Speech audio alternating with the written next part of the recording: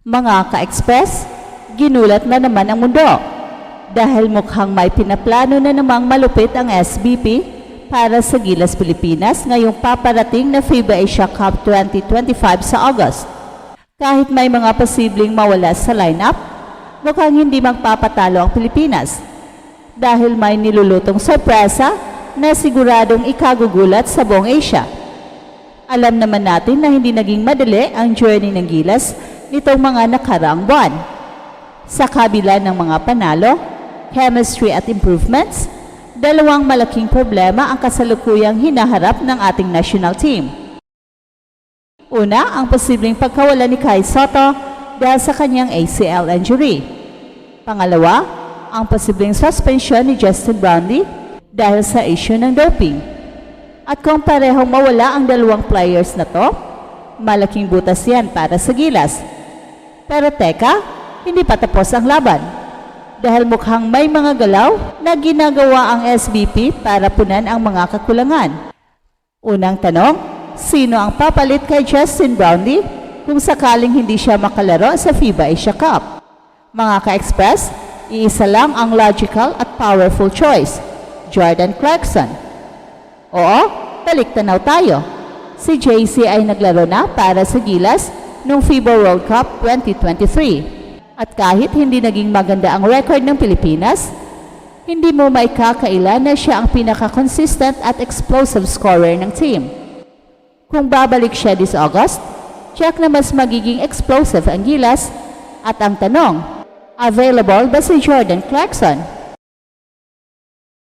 Well, ayon sa ilang insider reports, posibleng maging available si JC by July kung hindi masyadong deep ang playoff run ng Utah Jazz.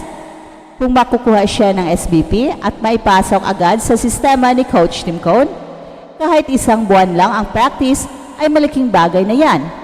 Tandaan, magkakilala na ang dalawa dahil nagkasama na sila dati. And now let's talk about Kai Sotto's situation. Kung sakaling hindi pa siya 100% by August, sino ang posibleng ipalit sa kanya? Mga ka-express, ito na ang wildcard, Kenton Malura-Brown. Yes, isang 6'10" center na graduate ng NCAA Division I ay matagal nang binabantayan ng SBP. At ngayon, mas malakas ang possibility na mapasama siya sa lineup, especially if may ayos ang kanyang FIBA eligibility. Kumbaga sa gatas, fresh na fresh. Bata pa, athletic, matalino maglaro, at hindi takot bumangga sa mas malalaking kalaban. With Junmar Fajardo, AJ Edo at QMB, meron na tayong tinatawag na triple tower combo. At kung si Kai ay di pa makakalaro, hindi nangangahulugang babagsak ang Gilas. In fact, lalong lalakas ito sa depensa at rebounding. At isa pang magandang balita, cohesion ng team. Dahil halos 2 buwan na ring magkakasama ang core ng Gilas players, lalo na sa ilalim ni Coach Tim Cone. Hindi na issue ang chemistry.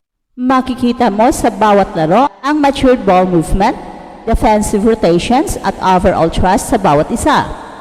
So isipin nyo, kung magdagdagan pa ng pure scorer like Jordan Clarkson at isang maasahang big man like QMB, nako, siguradong gulatin na naman ito ang buong mundo. At huwag nating kalimutan, hindi basta-basta ang group stage ng Gilas sa Asia Cup. Makakalaban natin ang New Zealand at Chinese Taipei, mga teams na naka-encounter na natin sa qualifiers. Pero dito na papasok ang advantage ng Gilas. Alam na natin ang kanilang laro. At higit pa dyan, tinalo na natin sila kahit pa hindi 100% ang performance ng Gilas noon.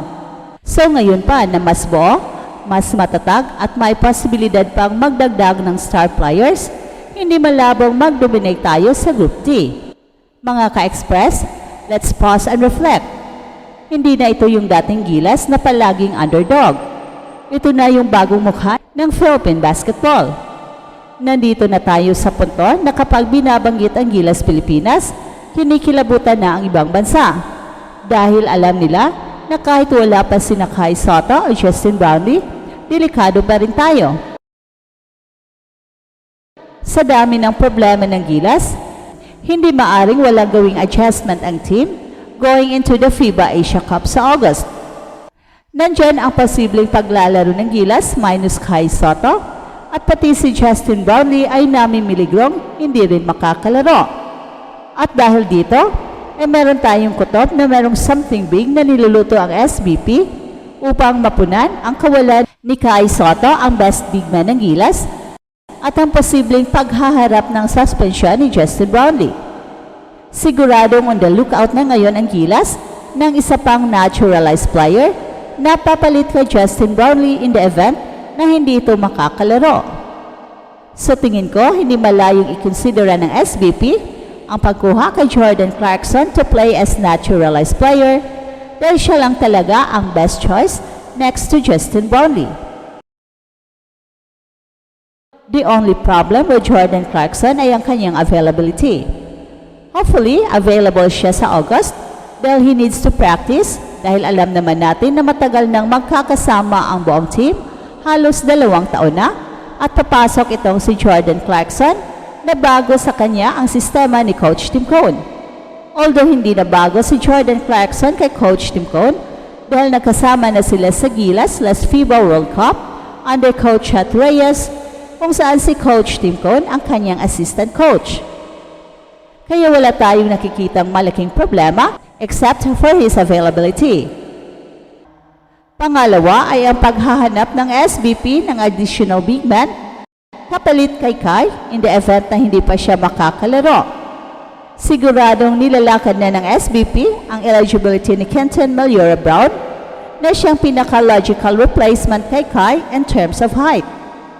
With QMB playing for Gilas, ay magkakaroon tayo ng formidable triple towers composed of Asia Edu, Junmar Fajardo, and QMB.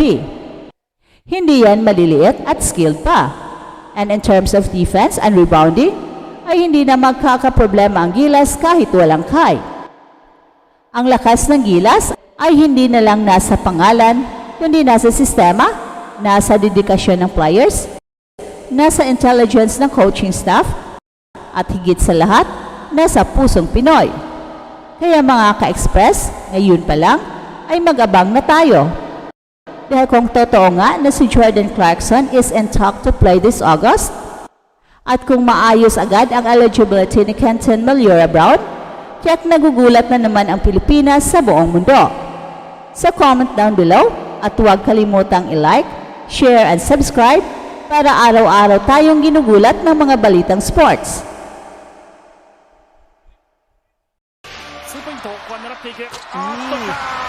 残り1分30秒、開速とこれは不利になりました。ダンクですと、ここは2対2のマッチアップ、中、通った、そしてでも自分で出していったんですが、また2人だ、そしてまた蹴る、また横浜の形、河村、空いている、そして来た、なんだこのアリウープ、詰めていきたい、ここは快速と抜け出す、決めました。